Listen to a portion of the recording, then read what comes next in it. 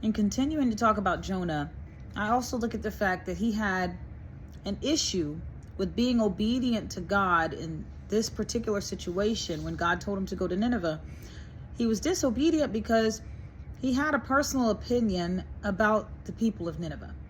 He didn't want to give them a chance. He felt like their sins were too great. He didn't want to see God give them a chance to turn away from it.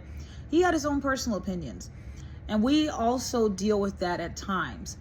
We think to ourselves that one person's sin is somehow so much greater than the next, or that they're doing something so awful or so terrible that they don't deserve to be forgiven, that they don't deserve the opportunity for God to give them freedom, for God to look upon them and say, you know what? If you repent, if you turn, if you do the right things, then I will forgive you. We often have trouble accepting that. And if we are going to preach this gospel, if we're going to follow this gospel, to believe in this word, we have to believe in its entirety, not just the portions of it that make us feel comfortable. A lot of times we want to take bits and pieces of the word that make us feel secure, that make us feel comfortable because we are the believer, because we are the chosen, because we are God's people. We want to feel safe and comfortable in his word.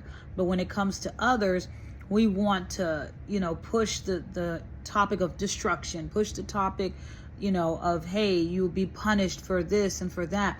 And there are times where God will punish those who are disobedient to his word, those who are willingly and constantly making decisions that are against his word.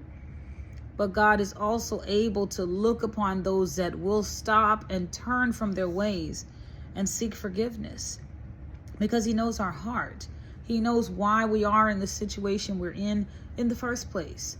He knows the whole story. He knows what led you down that path in the first place. We're not the ones that are able to see through all of that. So it's not up to us to determine. And we can't have opinions and biases that will keep us from doing the will of God. When we're in this, when we say that we're doing his will, that we will speak on his behalf, that we will, give his word to those who need it, we have to be willing to do it no matter how it makes us feel, no matter what type of person that he might send us to. He might send you to give a word to somebody that you wouldn't usually be comfortable talking to, someone that you wouldn't usually get along with. And if that's the case, will you be obedient? Will you give the word? Be blessed.